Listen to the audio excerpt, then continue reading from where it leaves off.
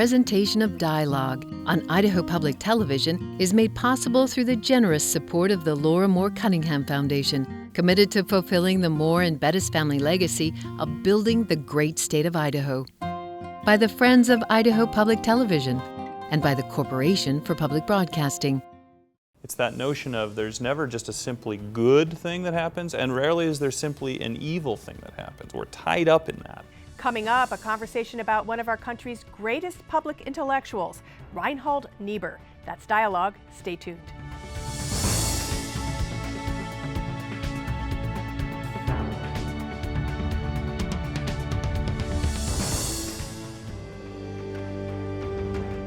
He may be best known as the author of the famous Serenity Prayer. God give us grace to accept with serenity the things that cannot be changed. But American-born Reinhold Niebuhr, a theologian, a celebrated writer, and a progressive social thinker, brought a distinct and prophetic voice to some of the most defining years in America's history. Hello and welcome to Dialogue. I'm Marcia Franklin. You were just listening to a clip from a PBS documentary called An American Conscience, the Reinhold Niebuhr story. It chronicles the life and work of one of America's most preeminent thinkers. Reinhold Niebuhr, who was born in 1892 and died in 1971, was a Protestant minister and a professor at Union Theological Seminary in New York for more than 30 years. Known as a public theologian, he was often called upon to give his opinion on ethical and moral issues of his day. Niebuhr's speeches and his prolific writing, which include the books Moral Man and Immoral Society, The Nature and Destiny of Man, and The Irony of American History, influenced leaders on all sides of the political spectrum. In March 2017, I sat down with the director of the documentary about Niebuhr, Martin Doblmeier, and one of its producers, Boise State professor and dean Andrew Finstuen. We talked about the film's genesis and why they felt the time was right to bring Niebuhr into the spotlight again. Welcome to Boise. I'm sure this is fun for you, Andrew, Absolutely. because this is where this idea was generated, right here in Boise, in the Niebuhrhood, Right. so to Yes. speak, as Yes. your students would say, because you kind of have a thing for Niebuhr. Yes. As I understand it, this started because you had a bit of a frustration that there wasn't something out there, a documentary, about Niebuhr. Right. Talk about that. Absolutely. So I had done some work on Reinhold Niebuhr during my doctoral days and published a book that he's part of that. And then I was just thinking, why don't we have an American Experience type film or some sort of documentary that chronicles his life, both for its influence in international relations and politics, but also in terms of just telling the 20th century story through this figure's life and career. And I just continually got frustrated that it wasn't out there. And so one day I said to Ingrid, my wife, I said, I think I'm going to try to make it. And so I made a phone call to a friend who is connected to Robin Lovin, who's a major Niebuhr scholar. Once he was interested in the idea, then I made some calls to grant organizations, and they put me in touch with Martin. And so I called Martin up, cold call, and described the idea to him. And within that first conversation, Martin was interested, very interested, and he said, well, Niebuhr's America's Conscience. And so we had the title from day one, and the conversation just continued from there. Why did you feel it was so important to have a documentary out there about Niebuhr? Well, as a historian, he touches many of the currents of American life in the 20th century, from industrialization to the black migration from the South to the North in Detroit, to the Cold War, World War II. I'm going out of chronology for a historian, but nevertheless, all of the streams of 20th century life, he's a touchstone for those. And he's asking tough questions of America, and meanwhile also a champion of America. So that dialectic, that ambiguity of his approach, which is really rich for, I think, his day, his generation, and ours. So that's why I thought it was significant. And Martin, this is not a person that was unfamiliar to you. You too have appreciated Niebuhr and have done many documentaries on issues of faith and religion. So it's almost this perfect match, wasn't it? Oh, it was ideal, and I have to say, honestly, because we've been doing films now for 30-some years, I probably get approached once a week or twice a week sometimes with people who've got film ideas, And so, seriously, people calling up, oh, you should make a movie about my father, or it's rather constant. But when I actually talked to Andrew on the phone, and it wasn't a film project about himself. It was an idea that resonated immediately with me. I'd read Niebuhr in college, but I read him as a young man, and I was much more idealistic in some way, and some of it really just didn't connect. And then going back and looking at Niebuhr now, much later in life, and having all the experiences of life, and seeing how on target he was constantly about human nature and the use and abuse of power and all of this, it resonated. So I do remember that conversation. He was rather self-effacing, Andrew, and just sort of wanted to present the idea and get the conversation going, and just something inside of me sparked, and I just liked the way he presented the idea, and it just took off from there. Niebuhr's liked by people on both ends of the political spectrum. I mean, President Obama looked towards him, but so did people who are conservative. John McCain has cited him. David Brooks, obviously, and Brooks makes the point in the film, the neoconservatives. Niebuhr, during the run-up to the Iraq War, for example, some of the neoconservatives were looking at Niebuhr as somebody who offers a theological, ethical justification for war, although Niebuhr also writes that preventive war is never, and Andrew Bacevich makes this point, is never appropriate for a democracy. So there's lots of tension in Niebuhr's thought, and because of that ambiguity I mentioned a moment ago, you can find affinity across the political spectrum. Niebuhr himself described himself as a political liberal and a theological conservative. But even those terms, you'll have arguments over whether if the folks think he's liberal enough or not, and the conservative piece on the theological spectrum is a question mark, but that's how he thought of himself. And I think part of it, too, is that sometimes you have to ask, well, which Reinhold Niebuhr? Because he went through so many evolutions of his thinking about pacifism and versus intervention, socialism versus how the economic wealth is going to be distributed. So what's interesting is when John McCain says he admires Reinhold Niebuhr, he may be admiring a very different Reinhold Niebuhr than Barack Obama is.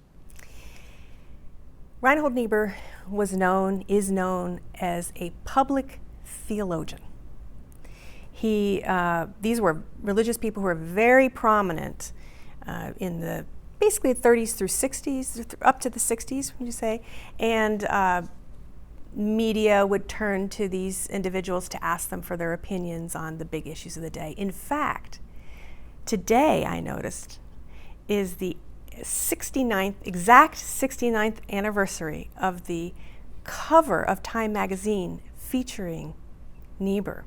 He was that important that they put him on the cover for their 25th anniversary of Time magazine. Why were public theologians so critical in this time period? And do we have any today? That's an excellent question, and we're asked it often in relationship to Niebuhr. I mean, I think part of it is the era of a more consolidated media market, more around common language, common vocabulary. I think at the 1950s in particular, there's this notion of an American civil religion that sort of blends traditional Christian ideas and American republicanism.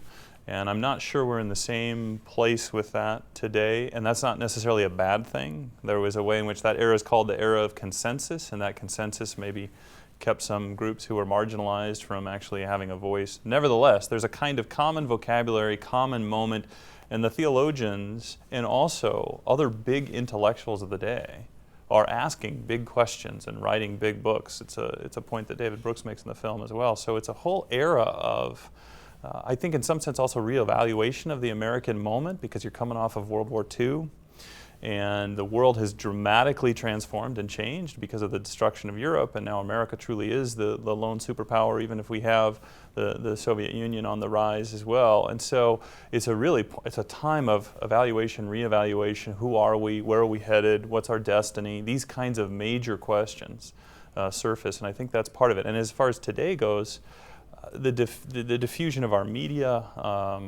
and information, whether we ask big questions, I'll pick on the academy, the universities. I'm not sure. I think we've hyper-specialized to a point where we've lost a kind of narrative of our own American experiment. I think that's a great response, because I do think that in some ways Reinhold Niebuhr, as a public theologian, is a sort of a microcosmic look at how America's changed over these last 2 generations from his time.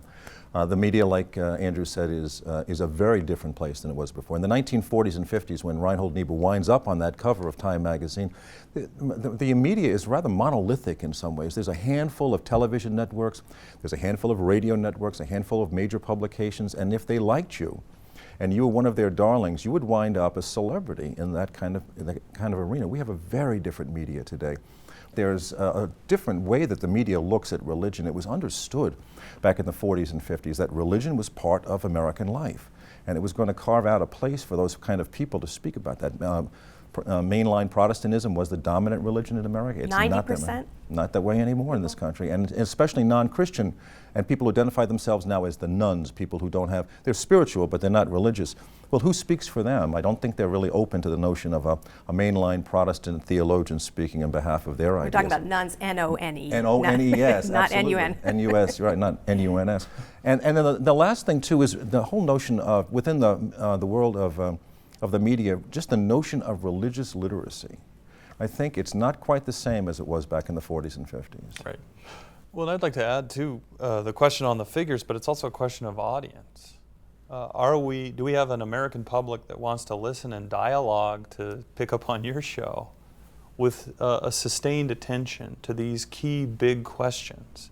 So in some ways, the context isn't supportive of a figure that or figures that continue to ask these questions, have these critical perspectives, without being marginalized either as one stripe or another in the political or religious spectrum, or shouted down, or what have you. I'm not sure we have an audience that's really asking and paying attention to these questions. You mentioned that major media entities would turn to Niebuhr and others like him, including Mike Wallace. And you have a very interesting clip, I think, in your documentary in which Mike Wallace is interviewing Mr. Niebuhr. Let's take a look at that. Do you think that because you're a Christian, you're a more valuable man in our society, or more worthy in the eyes of God? Certainly, anybody said in the eyes of God is pretentious. How do I know about God's judgment? One of the fundamental points about religious humility is that you say you don't know about the ultimate judgment. It's beyond your judgment. And if you equate God's judgment with your judgment, you have a wrong religion. So this, in some ways, kind of sums up or gets to the core of what Niebuhr was about when he talks about humility. Humility. He says, one of the fundamental points about religious humility is you say you don't know about the ultimate judgment. If you equate God's judgment with your judgment, you have a wrong religion. Pretty big stuff to be saying when 90% of the country is Protestant. And he's just kind of saying, you might have some false humility here. Right. Well, Niebuhr writes a lot about humility, and part of the doctrine that he pays the most attention to is the doctrine of original sin. Now, he thinks about it differently. I won't go into the finer points of his theology on this, but for him, that is more a doctrine about humility. He also has a notion of the image of God and humanity. So he wants to affirm humanity, but also remind humanity that we should think of ourselves as leveled. And that, he says, is the surest form of human community. If we can understand that all have fallen, all fall short, and Christians understand that at some level, but then often move that into a prideful kind of articulation, I'm more righteous, my virtue is more developed. And Niebuhr just kind of constantly wants to remind and say, yes, we have to make distinctions between people in our civil society, but ultimately we are level before God, and that is what gives us possibility for human community, because it's the recognition of the humanity in each other. Well, and it's a gut check, isn't it, for people to say, okay, I espouse these precepts, or I say I follow the 10 Commandments, but am I really? He talks a lot about the duality between good and evil, or the duality that exists in everyone. That even if you're doing something good, it may be tinged with sin in the sense of, say, pride or hubris. Mm-hmm. and to constantly be checking that. And I think part of the reason why he's so successful as a public theologian, he applies that notion of humility and the gut check not only to individuals, but to societies, to churches, to nations.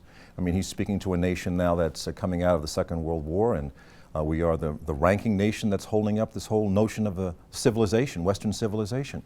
And he wants America to think that not only does it apply to individuals, but this also applies to the America that we're continuing to rebuild now after the Second World War. And so I think that's what gets him on the cover of Time magazine, to say that it's not just as individuals we have to think about this, but in a larger corporate sense. And he's often just as critical of the churches. That's what I find to be really interesting. And and he would go out and speak on a regular basis. He was speaking and preaching all the time, but oftentimes the churches weren't inviting him to come and speak. They were anxious about what he was going to say. It was the chaplain at the universities more often than not that would invite him to come and speak, because they felt it was more of an open forum for him to be able to speak, and sometimes critically, about what was happening in America. Well, this was the thing, wasn't it, that he saw even in his own parish, say, or that people would be lovely people individually, right? But then something about coming together in a group would bring out some nefarious activity, or at least a blind eye to, in his instance, say when he was in Detroit, not understanding the plight of the worker. Right. Among his parishioners, many of whom were in management at Ford. So there, again, this duality between individual and group. Right. I mean, and you're outlining very nicely the argument in moral man in immoral society. Individuals might be able to accomplish certain degrees of morality or virtue. Groups, it's harder. But later in life, I want to make sure this point is made. He says, I kind of wish I had retitled that Immoral Man and Immoral Society, in the sense that maybe I made too fine a distinction. Yes, groups can tend to be more immoral, but let's not forget, as you pointed out earlier, that we are sort of divided within ourselves. We are sinners, to use his language, and saints simultaneously. It's that notion of there's never just a simply good thing that happens, and rarely is there simply an evil thing that happens. We're tied up in that. That's kind of the complexity and the glory and tragedy of being a human being. And then it's about how those capacities get exercised. He says humans have the indeterminate capacity for good, and humans have the indeterminate capacity for evil, and yet it's still connected. Don't ever separate them. And when you try to separate them is when you have trouble. And Americans in particular seem to often want to have this black and white, good, bad, yes, no. And he's saying, look, even when it comes to your own country, at the height of the Cold War, he's saying, gut check again, yes, the Soviet Union is an enemy, right, but they're people too. And you can't just make this artificial dividing line. They're bad, we're good. Again, pretty brave thing to say. Yeah. And in fact, what he'll say is, you often, if you have that kind of Manichaean, that's kind of the theological term, that black and white notion, you will often end up repeating and looking like your enemy itself. So be very careful about how much you distinguish yourself from another, both individually, community, and, as you're pointing out, nations. When I had read Niebuhr in school, I'd been reading theology in school, I had no idea that he's on the FBI watch list for decades. So you were saying a pretty bold thing for him to be able to say out there. I mean, think about the notion of a theologian being on the FBI watch list. And that's because they thought, he associated with socialism, but with these type of comments, he's thinking, well, maybe he's a communist too. But he stays on the list. And yet the irony, as we try to show in the film, is that he's being invited into the inner circles to create policy while he's still on the list. He's being given the Presidential Medal of Freedom by President Johnson while he's still on this list. So it's sort of this, his own life is sort of like this interesting dichotomy between being recognized and celebrated and being a person of concern. One thing that I found very interesting as well is that he doesn't see man as being on an automatic, as he puts it, escalator to perfection. That we are not necessarily always improving, which again would be maybe an American ideal. That we have these dips. World War II and the Nazis would be one of them. But again, this is not something that would be normal conversation. The idea was, we're great and we're getting even better. Exactly. I mean, you've characterized it very well. It's the push-pull of individual life, national life, global. He uses history often to say, look, you believe in sort of unmitigated progress, even if we slip a little bit. If your line of history goes like this, let me give you a lesson in history to demonstrate that it's much more uneven, and sometimes we're turning backwards as much as we're turning forward, and that this notion of progress is itself a belief that human beings, especially Americans, believe in at what sort of justification and also at what cost. He's oftentimes concerned about the way in which that sort of notion of blind optimism or progress can create the unintended consequences of destruction. Or think about our own economic crisis of several years ago. This notion, oh, the economy, or the internet bubble, the economy is going to grow, we see no end in sight, no limits. Whoops, history interrupts and it all comes crashing down. It's not to say that we're going to predict one way or another, it's let's just be cautious. What would Niebuhr think about today's political atmosphere? Well, I try not to talk directly to what's happening in the political world right now because it changes on a regular basis, but at the same time I think Niebuhr's idea of humility, genuine humility, that we can't assume that we are the greatest nation on the face of the earth. There may be some serious self-reflection as a nation that has to happen for us to begin to continue to move in that proper direction. I think people have a hunger to hear that, and I think that's going to continue for a while, and I think Niebuhr's message will resonate, I think, for a long, long time to come. We put people in the film, Marcia, intentionally who would be somewhat critical along the way of Reinhold Niebuhr because he had his critics during his day. But he's the kind of writer and thinker whose ideas are big ideas, and I think they're worthy of going back and revisiting. And I would mention the surprises of history, which I kind of mentioned a moment ago. So whatever people think about the current situation, a lot of people express surprise, both presidential election, but other things. And Niebuhr would say, why are you surprised? History twists and turns all the time, and we are not as capable of predicting outcomes as we think we are. And one of the dangers is that we think that we can figure ourselves out and figure history out. And that gets you into very untenable positions. So he's very concerned about that tendency to think that we can map things out. So I think that would be part of his response. And of course, one of his major books, The Irony of American History, is just that theme. The irony of what we think we know and where we're headed, and yet the outcomes, the unintended consequences. So he has a very nice way of framing our moment. However people fall out on the political or economic spectrum, let's be a little more cautious about our predictive powers. Do you think that he would analyze the current situation and say that there is too much pride and not enough humility among our current political leadership? I think he probably would have said that today, yesterday, 10 years ago, 15 years ago. I think he's very concerned about the ways in which, both in his own era, as Martin spoke about earlier, the way that he speaks truth to power. He wants people to take a long look at themselves first, and I think that's a rare capacity among individuals to say, now wait a minute, how am I contributing to whatever this might be, or groups? Because he's going to say it's always going to be in tension. Groups by definition are defined against something else, so let's be cognizant of that. And so yeah, I think he would be worried about it, and I think in some sense I would offer, I mean it's hard, he died in 1971, it's hard to speak for him, but I think it's fair to say even if there are some communities that have formed since his day, we've increased in our individualistic tendencies. And I think Niebuhr would want to ask questions about how that individualism expresses itself also in terms of hubris or pride. We hear a lot of rumblings in the culture today about anger and frustration, dissatisfaction, but I think a lot of it emanates from fear. I think there's a great deal of fear. And so I think in some ways, what Niebuhr might be able to offer is that if we can find a way to accept that we all have some level of failing that has to be accounted for, in some ways it does kind of equalize our response, whether or not it's to the growing sense of Islamophobia or the hate crimes that are happening across America, the racial divide that happens in America. I mean, Niebuhr writes that the evil in the foe is reflection of the evil in the self. And I think he's really ultimately calling us all to realize that there are commonalities between us that we have to accept and have to deal with. It's not some sort of grand idea about let's all love one another and we're going to love our way out of this. That's not where he goes at all. He could never be that naive. But he's ultimately saying we're all failed, We all have our issues, and we all operate out of self-interest. And I think that there's one thing that happened in the election. Everybody goes into that voting booth and fundamentally votes out of self-interest. And that came very clearly in November of 2016. But that's not to be a surprise.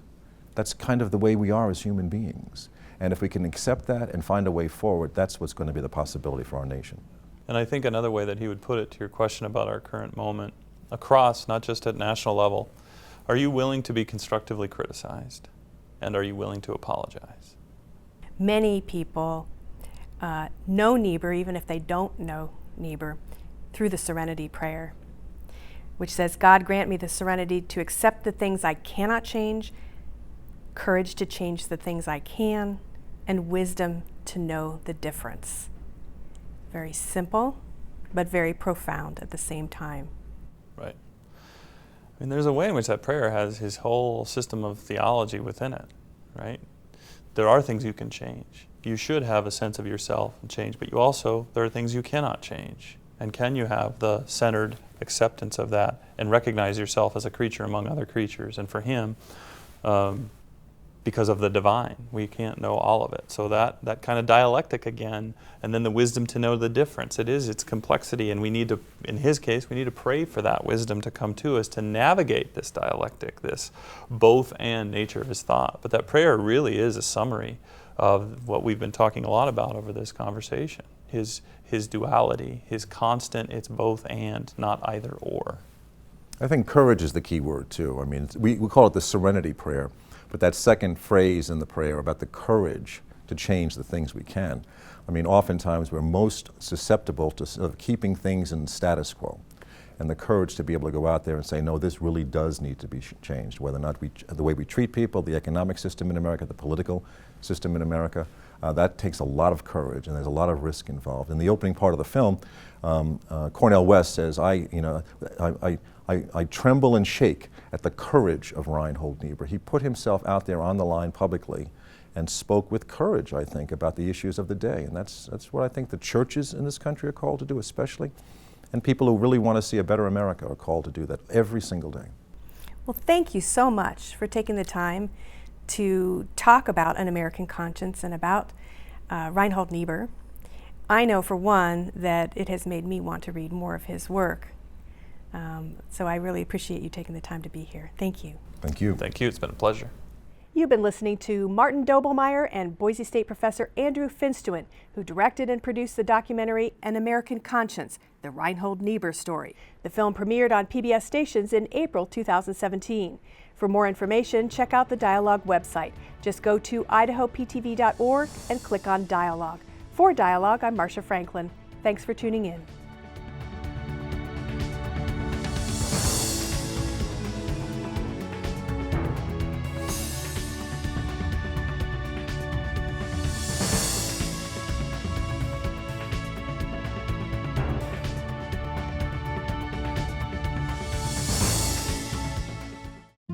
Presentation of Dialogue on Idaho Public Television is made possible through the generous support of the Laura Moore Cunningham Foundation, committed to fulfilling the Moore and Bettis family legacy of building the great state of Idaho. By the Friends of Idaho Public Television and by the Corporation for Public Broadcasting. Check out our website, become a friend on Facebook, or follow us on Twitter.